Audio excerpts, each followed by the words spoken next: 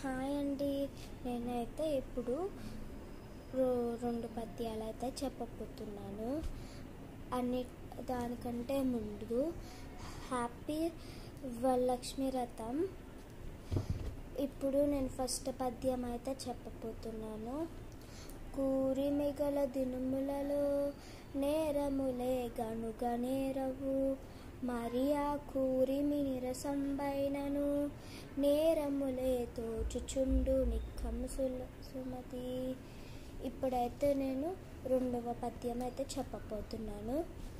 వినదగు ఎవ్వరు చెప్పినా వినినంతనే వేగపడక వివరింపదగు, గనికల్ల నిజము తెలిసిన మనుజుడిపో నీతిపడుడు మహిళ సుమతి.